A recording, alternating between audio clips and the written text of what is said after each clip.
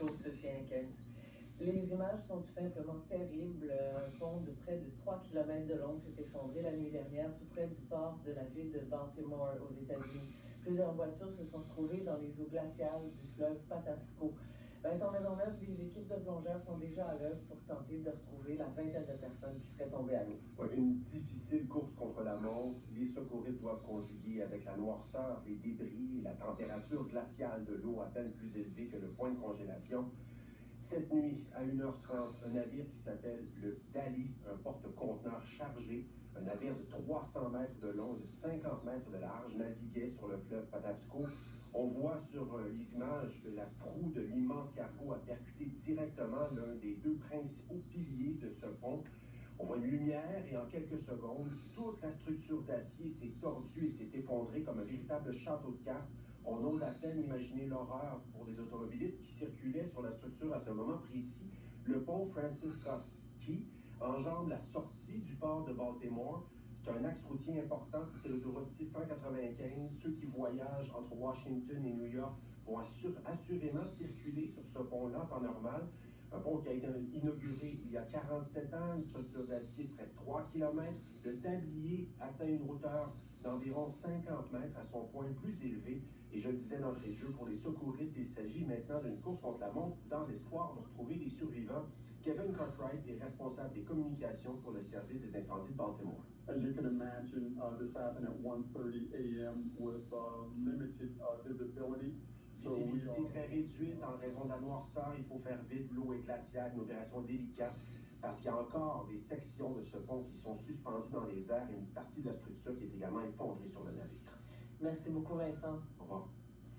L'opération d'évacuation des Canadiens coincés en Haïti est suspendue. Ottawa a emboîté le pas hier aux États-Unis. Il y a d'autres pays qui ont décidé d'exfiltrer leurs ressortissants de villes en proie à la violence. Mais Jean-Philippe Robillard, c'est la météo qui joue les troubles faits. Oui, Claude-Sophie, à cause des mauvaises conditions météo, les vols qui devaient partir hier soir, ont été reportés. Ils vont reprendre dès que la météo va le permettre, peut-être aujourd'hui. On ne sait pas. Il y a 18 ressortissants canadiens qui devaient être évacués hier. Des personnes plus vulnérables, des personnes qui ont besoin d'assistance médicale, des personnes également, Claude-Sophie, qui ont des enfants. Alors donc, le gouvernement canadien va les rapatrier par hélicoptère vers la République dominicaine, le pays voisin, tout au long de la semaine. Et par la suite, ces personnes vont pouvoir rentrer au Canada. La ministre des Affaires étrangères, Mélanie Joly, affirme qu'Ottawa a finalement décidé de lancer cette opération d'évacuation parce que la situation sur le terrain continue de se détériorer. On l'écoute. Je suis très au courant que la situation de sécurité est très, très difficile présentement et qu'il y a beaucoup de gens qui veulent quitter le pays, qui sont préoccupés présentement. Nous avons environ 100 personnes qui ont dit qu'ils étaient intéressés de quitter, mais 30 qui ont vraiment levé la main parce qu'ils sont en mesure aussi de démontrer qu'ils ont un passeport canadien valide. Au total, Claude-Sophie, il y aura environ 3000 ressortissants canadiens actuellement en Haïti. Mais il faut dire aussi qu'Ottawa veut aider ceux qui n'ont pas de passeport valide. Oui, le gouvernement canadien qui étudie d'ailleurs d'autres options pour les aider parce que la République dominicaine n'accepte sur son territoire que ceux qui ont un passeport canadien valide. Alors pour les autres, ceux qui n'ont pas de passeport canadien valide, Ottawa tente de trouver d'autres solutions avec d'autres pays de la région pour les évacuer eux aussi et les ramener éventuellement ici au pays. Merci Jean-Philippe. Merci, au revoir. Les raids israéliens sur la bande de Gaza se poursuivent malgré l'appel des Nations Unies à un cessez-le-feu immédiat. Le Conseil de sécurité de l'ONU a en effet adopté hier une résolution qui exige la fin des combats, du moins jusqu'à la fin du mois du Ramadan. Pour la première fois, les États-Unis n'ont pas opposé leur veto, ce qui a déclenché la colère du gouvernement israélien. Le ministère de la Santé du Hamas affirme qu'au moins 70 personnes ont été tuées dans des frappes nocturnes. Ces jours de budget en Ontario, le gouvernement de Doug Ford devrait entre autres annoncer des mesures pour réduire les primes d'assurance automobile des Ontariens, parmi les plus élevées au Canada. Les partis d'opposition craignent toutefois que la province ne s'attaque pas adéquatement à la hausse du coût de la vie et délaisse les plus démunis. Les précisions de Camille Griroy. What we can tell you is we aren't going to raise taxes. Le Premier ministre promet de ne pas augmenter les impôts. La priorité de Doug Ford, remettre de l'argent dans les poches des Ontariens et continuer à stimuler la croissance économique. Our number one goal is keep the economy going. Les progressistes conservateurs ont déjà annoncé un fait saillant de leur budget. La réduction de la taxe provinciale sur l'essence sera prolongée jusqu'à la fin de l'année. La mesure doit permettre à un ménage moyen d'économiser près de 130 $ annuellement.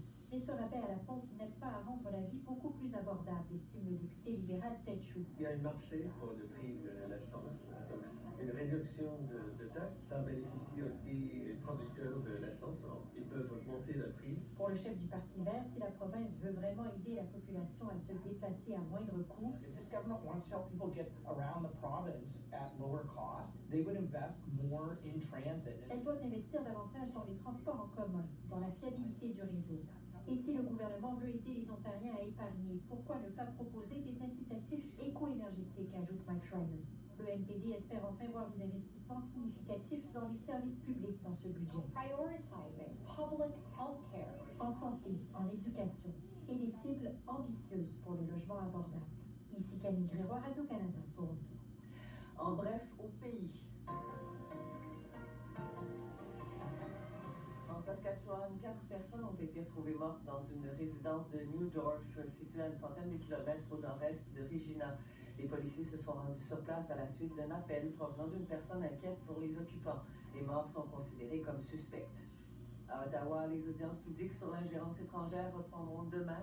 La commission d'enquête, menée par la juge québécoise Marie-Josée Hogg, devrait entendre les témoignages de plus de 40 personnes, dont des membres de différentes communautés, des représentants de partis politiques et des responsables des élections fédérales. Le premier ministre Justin Trudeau et des membres de son gouvernement devraient également comparaître lors de cette nouvelle série d'audiences.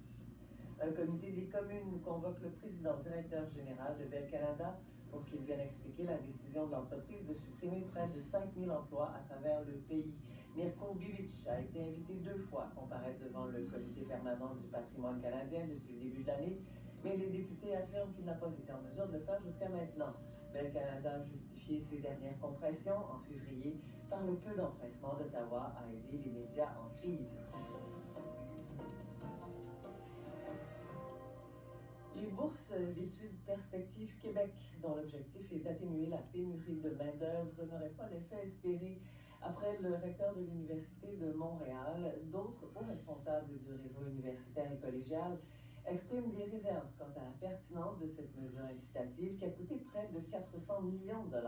Le reportage de Fanny Bussière-McNicol. Radio-Canada a colligé des données au sujet des demandes d'admission des 3 dernières années dans l'ensemble des cégeps et 4 universités.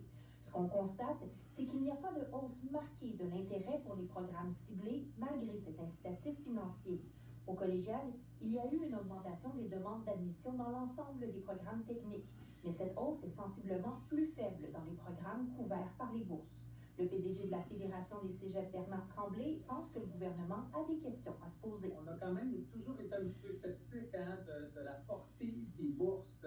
On sait aussi que c'est un programme qui est coûteux, donc je pense qu'on était tous avides de voir des résultats qui auraient montré un effet majeur sur les demandes d'admission.